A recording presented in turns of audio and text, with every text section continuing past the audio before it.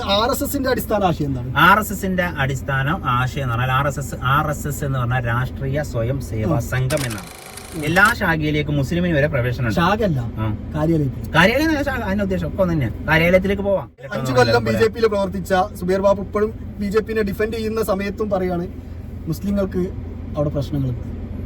മുസ്ലിങ്ങൾക്ക് ഇപ്പൊ നിങ്ങൾ നേരത്തെ പറഞ്ഞത് ഞാനൊരു ആൻസർ തന്നില്ല. നിങ്ങൾ പറഞ്ഞല്ലോ താഴ്ന്ന ജാതിക്കാർക്ക് അവിടെ പരിഗണന ഉണ്ടോ എന്ന് ചോദിച്ചു കഴിഞ്ഞാല് അവരുടെ പ്രോഗ്രാമും കാര്യങ്ങളൊക്കെ നടക്കുമ്പോൾ പരിഗണന നല്ലതുപോലെ ഉണ്ടാവാറുണ്ട്. കൊടി പിടിക്കാനും മറ്റേതിനൊക്കെ പരിഗണന ഉണ്ടാവാറുണ്ട്. ഓക്കെ. പിന്നെ ഇലക്ഷനില് പിന്നെ ഈ സ്ഥാനാർത്ഥികളെ നിർത്തുമല്ലോ, അപ്പൊ പരിഗണന കിട്ടാറില്ല. താഴ്ന്ന ജാതിക്കാർക്കും ഇല്ല, മുസ്ലിം മൈനോറിറ്റികൾക്കില്ല. CPM സംബന്ധിച്ചിടത്തോളം, കമ്മ്യൂണിസ്റ്റ് പ്രസ്ഥാനത്തെ സംബന്ധിച്ചിടത്തോളം ഇന്ത്യയുടെ ദേശീയ പതാക ഒരിക്കലും അംഗീകരിക്കാതിരുന്നില്ല എന്നുള്ളതാണ്. സ്വാതന്ത്ര്യം ആഘോഷിച്ചിട്ടില്ലല്ലോ അവര് ഔദ്യോഗികമായി. 75ാം പിറന്നാളാണ് അവർ സ്വാതന്ത്ര്യം ആഘോഷിക്കുന്നത്. സ്വാതന്ത്ര്യം ആഘോഷിക്കാതിരിക്കാൻ കാരണം ഇവിടുത്തെ താഴ്ന്ന ജാതി, ബ്രിട്ടീഷുകാരിൽ നിന്ന് ഇന്ത്യക്ക് സ്വാതന്ത്ര്യം കിട്ടിയെങ്കിലും കൂടെ ഇവിടുത്തെ താഴ്ന്ന ജാതിക്കാരായിട്ടുള്ള ആളുകൾ അല്ലെങ്കിൽ കീഴാളന്മാരായിട്ടുള്ള ആളുകൾക്ക് ജന്മിത്വത്തിൽ നിന്ന് മോചനം കിട്ടിയിട്ടില്ല. അവിടെ ആളുകൾ അപ്പോഴും ജന്മികളുടെ അടിമകളായിട്ട് തുടരുന്ന ഒരു സാഹചര്യം അപ്പോഴും നിലനിൽക്കുന്നതുകൊണ്ടാണ് സ്വാതന്ത്ര്യം കിട്ടിയിട്ടില്ല എന്നുള്ളത് പറയാനുള്ള കാരണം. ഭൂപരിഷ്കരണത്തിന് ശേഷമാണ് ശരിയായിട്ടുള്ള ഒരു സ്വാതന്ത്ര്യം ഇവിടുത്തെ എല്ലാ ആളുകൾക്കും, എല്ലാ ജാതി മത ഭേദമന്യേ ആളുകൾക്ക് സ്വന്തമായിട്ട് അധ്വാനിച്ച് സ്വന്തം അധ്വാനത്തിന്റെ ഫലം ഉപയോഗിക്കാനും സ്വന്തമായിട്ട് ഭൂമി വാങ്ങിക്കാനും സ്വന്തം പേരിലേക്ക് സ്വത്തുവകകൾ ഉണ്ടാക്കാനും ഒക്കെ ഉള്ള ഒരു സ്വാതന്ത്ര്യത്തിലേക്ക് താഴ്ന്ന ജാതിക്കാരായിട്ടുള്ള സ്വന്തം വിദ്യാഭ്യാസം നേടാനുള്ള വഴി നടക്കാനുള്ള ഈ പറയുന്ന രീതിയിലുള്ള അയിത്തം, തൊട്ടുകൂടായ്മ, തീണ്ടിക്കൂടായ്മ, ഇതിൽ നിന്നൊക്കെ മോചനം കിട്ടുക എന്നുള്ളതാണ് മനുഷ്യരുടെ അടിസ്ഥാനപരമായിട്ടുള്ള സ്വാതന്ത്ര്യം എന്ന് പറയുന്നത്. ജീവിക്കാനുള്ള സ്വാതന്ര്യം അതിപ്പോ ആയിട്ടുണ്ടോ? എന്നിട്ട് ഇപ്പൊ ഈ കേരളത്തെ സംബന്ധിച്ചിടത്തോളം ഇവിടെ ജാതിപരമായിട്ടുള്ള ബുദ്ധിമുട്ടില്ല. ഇപ്പൊ പൂജാരിമാരാവാൻ പറ്റില്ല എന്നുള്ളതിന്റെ അപ്പുറം ഈ ജാതിപരമായിട്ട് ഏതെങ്കിലും ക്ഷേത്രത്തിൽ പ്രവേശിക്കാനുള്ള സ്വാതന്ത്ര്യത്തിനൊന്നും ഇവിടെ പ്രശ്നമില്ല. ഉണ്ടോ? പിന്നെ പൂജാരി ആവുക എന്നുള്ളൊരു വ്യക്തി സ്വാതന്ത്ര്യത്തിന്റെ ഭാഗമൊന്നുമല്ല. അതൊക്കെ ഏതൊരു വിശ്വാസത്തിനായിട്ടുള്ളത് ഉണ്ടാവുമല്ലോ. അതിന്റെ അപ്പുറം ഈ പറയുന്ന പോലെ അത് ആ ഒരു മതത്തിൽ ഉണ്ടാക്കേണ്ട, അത് ഒരു സാമൂഹിക പ്രശ്നമൊന്നുമില്ല. പൂജാരി ആവുക മതപരമായിട്ടുള്ള വിഷയമാണ്. അപ്പോ പറഞ്ഞ RSSന്റെ അടിസ്ഥാന ആശയം എന്താണ്? RSSന്റെ അടിസ്ഥാന ആശയം എന്ന് പറഞ്ഞാൽ RSS എന്ന് പറഞ്ഞാൽ രാഷ്ട്രീയ സ്വയം സേവാ സംഘം എന്നാണ്. ഞാൻ RSS കാരണം RSS പോയിട്ട് പറയല്ലോ കേട്ടോ. കാരണം ഞാൻ പഠിച്ചു പോകുന്നതും അല്ലെങ്കിൽ നമ്മളെ പഠിപ്പിച്ചതുമായ വിഷയങ്ങളാണ് പറയുന്നത്. രാഷ്ട്രീയ സ്വയം സേവാ സംഘം എന്ന് പറഞ്ഞാൽ അവനവന്റെ രാഷ്ട്രത്തെ സ്വയം സേവിക്കുന്നവനായിട്ട് ഒരു സംഘത്തെ വാർത്തെടുക്കുക എന്നുള്ളതാണ് RSSന്റെ യഥാർത്ഥ ലക്ഷ്യം. എങ്ങനെയാണ് രാഷ്ട്രത്തെ സ്നേഹിക്കുക? ഇത് 1925 രൂപീകരിക്കുന്ന കാലത്ത് അവര് പറയുന്നത്, കാരണം ഞാൻ പാർട്ടിയിൽ നിന്ന് പോകുന്നതുകൊണ്ട്, എന്നാലും നമ്മള് എന്റെ ഒരു ഉണ്ട ചോറിന് നന്ദി കാണിക്കാന്നൊരു ക്യാരക്ടർ എനിക്കുണ്ട്. നമ്മള് മറ്റുള്ള രാഷ്ട്രീയ പാർട്ടിക്കാരൊക്കെ പോരുമ്പോ കുറ്റം പറഞ്ഞു പോരുന്നത് പോലെ നമ്മൾ ഉള്ളത് പോലെ പറഞ്ഞിട്ട് അതിന് ഇഷ്ടപ്പെടുന്ന ആൾക്കാർ നമ്മളെ സ്വീകരിച്ചാൽ മതി. നമ്മൾ അത്രേ ഉള്ളൂ. നമ്മൾ ആരും തൊഴുത്തിൽ കെട്ടാൻ കിട്ടൂല. നമ്മൾ കണ്ട കാര്യങ്ങൾ പറയുന്ന ഒരു ക്യാരക്ടർപ്പെട്ട ആളാണ്. അപ്പൊ എന്താ വെച്ച് കഴിഞ്ഞാല് പിന്നെ RSS പറയുന്നത് നമ്മളെ അന്നത്തെ കാലത്ത് ഇപ്പോഴുള്ള ഈ ഒരു സിറ്റുവേഷൻ അല്ല. കാരണം വെച്ചാല് പാകിസ്ഥാനുമായിട്ടുള്ള പ്രശ്നങ്ങളും മറ്റുള്ള പ്രശ്നങ്ങളൊക്കെ ഉണ്ടായിരുന്നു. ആ സമയത്താണ് സ്വന്തം രാഷ്ട്രത്തെ, അവനവനെ സ്നേഹിക്കുക എന്നുള്ളൊരു സിദ്ധാന്തത്തിലാണ് ഈ RSS എന്ന സംഘടന രൂപീകരിക്കുന്നത്.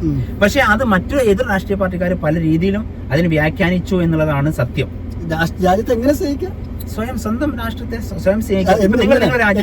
ഞാൻ എന്റെ രാജ്യത്തെ സ്നേഹിക്കുന്നു എന്ന് പറയുന്ന സമയത്ത് ഇന്ത്യയുടെ ദേശീയ ഗാനത്തെ അംഗീകരിക്കുന്നില്ല, ഇന്ത്യയുടെ ദേശീയ പതാകയെ അംഗീകരിക്കുന്നില്ല, രാഷ്ട്രപിതാവിനെ അംഗീകരിക്കുന്നില്ല, സ്വാതന്ത്ര്യ സമര പോരാളികളെ അംഗീകരിക്കുന്നില്ല, രാജ്യത്തെ മറ്റു മതവിഭാഗങ്ങളെ അംഗീകരിക്കുന്നില്ല, താഴ്ന്ന ജാതിക്കാരെ അംഗീകരിക്കുന്നില്ല.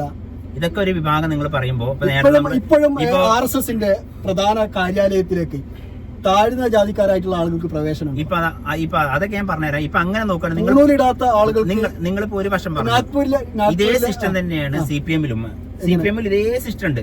എല്ലാ അവരിപ്പോ ശരിക്കും മാർക്സിസ്റ്റ് സിസ്റ്റം പ്രകാരമാണോ ജീവിക്കുന്നത്? ഇതേ സിസ്റ്റം അതിന് വേറെ വേർഷന്. അതായത് അത് ഏത് സംഘടനയിലും, അതായത് താഴ്ന്ന ജാതിക്കാരെ അംഗീകരിക്കാത്ത ഒരു സിസ്റ്റം CPM-ലോ അല്ലെങ്കിൽ കോൺഗ്രസിലോ കണ്ടിട്ടുണ്ടോ? താഴ്ന്ന ജാതിക്കാരെ അംഗീകരിക്കാത്തൊരു സിറ്റുവേഷന് അവിടെ ഉണ്ടോ? അധികൃതമായിട്ട് BJP-ന്റെ അതുണ്ടോ എന്ന് ചോദിച്ചു കഴിഞ്ഞാല് നമുക്ക് RSSന്റെ പ്രവർത്തനത്തില് നിങ്ങൾ പറഞ്ഞത് ഒരു പരിധി വരെ അത് സത്യം തന്നെയല്ല. ഈ പറയുന്ന RSSന്റെ ആസ്ഥാനം എന്ന് പറയുന്നതാണ് RSSന്റെ ഏറ്റവും ഇതായിട്ടുള്ള സംഭവം. അവിടേക്ക് താഴ്ന്ന ജാതിക്കാരായിട്ടുള്ള ആളുകൾക്ക് പ്രവേശനം ഉണ്ടോ? പ്രവേശനമുണ്ട്. RSSന്റെ എല്ലാ ശാഖയിലേക്കും മുസ്ലിമിന് വരെ പ്രവേശനം. ശാഖയല്ല, കാര്യാലയം അതിന്റെ ഉദ്ദേശം ഒക്കെ തന്നെയാണ്. കാര്യാലയത്തിലേക്ക് പോവാം. അവിടെ മുസ്ലിങ്ങൾക്ക് പോവാലോ. പൂണൂലിടാത്ത ആളുകൾ അങ്ങനത്തെ പ്രശ്നമൊന്നും അവിടെ അല്ല. RSSനെ സംബന്ധിച്ചിടത്തോളം അല്ല. അത് പറയുന്നവരൊന്നാണ്. ഇപ്പൊ നിങ്ങൾക്ക് വേണമെന്നുണ്ടെങ്കിൽ RSSന്റെ കാര്യം ഇവിടെ തൊട്ടടുത്ത് നമ്മൾ സംസാരിക്കുന്നതിന്റെ തൊട്ടടുത്ത് ഒരു 200 മീറ്ററിലുണ്ട് RSSന്റെ. ഇപ്പോഴും നമ്മൾ കാണുന്ന സമയത്ത്, ഇപ്പൊ നമ്മൾ വീഡിയോസ് ഒക്കെ കാണുന്ന സമയത്ത് മുസ്ലിങ്ങളായിട്ടുള്ള ആളുകളെ കൊണ്ട് എന്ത് ചെയ്യിപ്പിക്കുക, ജയ് ശ്രീറാം വിളിപ്പിക്കുക, വിളിക്കാൻ തയ്യാറാവാത്തവരെ തല്ലിക്കൊല്ലും. ഇനിയിപ്പോ വിളിക്കുന്ന ആളുകളാണെന്നുണ്ടെങ്കിലും മറന്നു. അതുപോലെ തന്നെ താഴ്ന്ന ജാതിക്കാരനെ ചെരുപ്പ്, ഇതൊക്കെ എന്താന്ന് പറയുമ്പോൾ വ്യക്തിപരമായിട്ട് ചെയ്യുന്നു എന്ന് നിങ്ങൾക്ക് പറഞ്ഞ് രക്ഷപ്പെടാൻ പറ്റില്ല. കാരണം ഈ RSSന്റെ കൊടി ഉപയോഗിച്ച് RSSന്റെ കാര്യങ്ങൾ ഉപയോഗിച്ചുകൊണ്ട് RSSന്റെ പേര് പറഞ്ഞുകൊണ്ട് സംഘടനാപരമായിട്ടുള്ള രീതിയിലുള്ള മുദ്രാവാക്യങ്ങൾ മുഴക്കിക്കൊണ്ടാണ് ഇതൊക്കെ ചെയ്യുന്നത്. ഉണ്ടാവുമെന്ന് ഞാൻ പറഞ്ഞല്ലോ. ഇതിപ്പോ നിങ്ങളിപ്പോ നല്ല രീതിയിലുള്ള രാഷ്ട്രത്തെ സേവിക്കേണ്ടത് ഇങ്ങനെയാണോ? ഞാൻ പറയുന്നത് കേൾക്ക്. നിങ്ങളിപ്പോ ഒരു സംരംഭം തുടങ്ങുന്ന വെച്ചോ, നിങ്ങളൊരു സംരംഭം, ഒരു കമ്പനി തുടങ്ങി. ഒറ്റ ഉദാഹരണം പറഞ്ഞാൽ നിങ്ങൾക്ക് മനസ്സിലാവും. അതിനകത്ത് ഒരു 500 ആൾക്കാർ ജോലി ചെയ്യുന്നുണ്ട്. ഓക്കെ, 500 കൂട്ടിക്കോളൂ. ഏറ്റവും ചുരുങ്ങിയത് നിങ്ങൾ 500 ആകുമ്പോൾ പെട്ടെന്ന് മനസ്സിലാവും. ഈ 500 ആൾക്കാരിൽ ആ കമ്പനി തുടങ്ങുമ്പോൾ അതിലൊരു വിഭാഗം നിങ്ങളെ കമ്പനിയുടെ എല്ലാ മെത്തേഡും പഠിച്ചിട്ട് വേറൊരു കമ്പനി തുടങ്ങാൻ നോക്കും.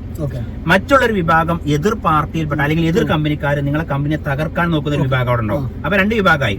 മൂന്നാമതൊരു വിഭാഗം നിങ്ങളൊപ്പം പാർട്ട്ണർഷിപ്പ് കൂടിയിട്ട് നിങ്ങളെ ഇവിടുന്ന് എല്ലാം പഠിച്ചിട്ട് വേറൊരു വിഭാഗം കമ്പനി ഇടാൻ തുടങ്ങും. അപ്പോ അല്ലെങ്കിൽ മറ്റൊരു വിഭാഗം, നാലാമത്തെ വിഭാഗം എന്ന് പറഞ്ഞാൽ നിങ്ങളെ കുറിച്ച് ഇല്ലായ്മ പറഞ്ഞിട്ട് ഞാൻ ആ കമ്പനിയിലെ ജോലിക്കാരനാണെന്ന് പറഞ്ഞിട്ട് നിങ്ങളെ പേര് ചീത്തപ്പേരുണ്ടാക്കാൻ വേണ്ടിയിട്ട് അവിടുന്ന് ഒരു 10,000 ഇവിടുന്ന് ഒരു 10,000 ആയിട്ട് ഇവിടുന്ന. അപ്പൊ അങ്ങനെ ആ കമ്പനിയുടെ ചീത്തപ്പേരാണ്. ആ കമ്പനിക്ക് നിങ്ങൾ ഉത്തരവാദിയാണോ? അതായത് ഈ കമ്പനി എന്ന് ഉദ്ദേശിക്കുന്നത് ചായക്കടക്കാരനായിട്ടുള്ള ഒരു മുതലാളിയും വേറെ ഞാനത് കാര്യം മനസ്സിലാക്കാൻ വേണ്ടി പറഞ്ഞു. ഈ 500 ആൾക്കാർ ജോലി ചെയ്യുന്ന ഈ ഫാക്ടറിയില് ഈ 500 ആൾക്കാരും നിയന്ത്രിക്കാൻ ഒരു ബോസിന് കഴിഞ്ഞോളുന്നില്ല. പക്ഷെ പേര് വിൽക്കുക ആർക്കാരും നിങ്ങൾക്ക് വിൽക്കുക. അതിപ്പോ ഞാൻ ബിജെപിനെ കുറിച്ചല്ല, ഞാനാണിപ്പോ മോദി എന്ന് വിചാരിക്കാം, ബോസ് ചായക്കടക്കാരൻ. എന്റെ കമ്പനിന്റെ പേരിലാണ് ഈ പറഞ്ഞ തെണ്ടിത്തരങ്ങളൊക്കെ കാണിക്കുന്നത്. അപ്പോ എനിക്ക് പറയാം, അതായത് ഇത്തരത്തിൽ ആക്രമിക്കുന്നത് നമ്മുടെ രീതിയല്ല. യെസ്, അത് പറയാം. അത് പറഞ്ഞിട്ടുണ്ടോ? അത് പറഞ്ഞിട്ടുണ്ടോ ഇല്ലെന്നുള്ളത് എനിക്കറിയില്ല. അത് പറയാം. നിങ്ങൾക്ക് പറയണമെന്നാണ്. അതൊരിക്കൽ പോലും പറഞ്ഞിട്ടില്ല. അത് തെറ്റാണ്. പറഞ്ഞിട്ടില്ലെങ്കിൽ തെറ്റ് തന്നെയാണ്. അതായത് ഈ ഗുജറാത്തിൽ നടന്ന കലാപത്തെ കുറിച്ച് അദ്ദേഹം പറഞ്ഞത്, ഞാൻ ഗുജറാത്തിലെ കലാപം നടക്കുന്ന സമയത്ത് ഞാൻ ഉണ്ടാവും. നിങ്ങൾക്ക് വിഷമുണ്ടോ, നിങ്ങൾക്ക് പ്രയാസം, നിങ്ങൾക്ക് വേദന തോന്നാറുണ്ടോ ഈ വിഷയത്തിൽ എന്ന് ചോദിച്ച സമയത്ത് ഒരു ഇന്റർവ്യൂകൾ അറ്റൻഡ് ചെയ്യാത്ത ഒരു വ്യക്തിയാണ്. ഇന്റർവ്യൂവിൽ പറഞ്ഞതെന്താ വെച്ചാൽ, നമ്മൾ റോഡിലൂടെ പോകുന്ന സമയത്ത് നമ്മളെ വണ്ടിന്റെ അടിയിൽ ഒരു നായ കുടുങ്ങി കഴിഞ്ഞാൽ നമുക്കൊരു വിഷമം ഉണ്ടാവില്ല. അതുപോലെ വിഷമുണ്ടെന്ന് അർത്ഥം. പക്ഷെ അതൊന്നും ഇപ്പൊ നമുക്ക് എന്താ പറയുക, അതൊക്കെ ഓരോ മനുഷ്യരുടെ ഓരോ സമയത്തുള്ള ഓരോ സന്ദർഭോചിതമായ സംസാരങ്ങളാണ്.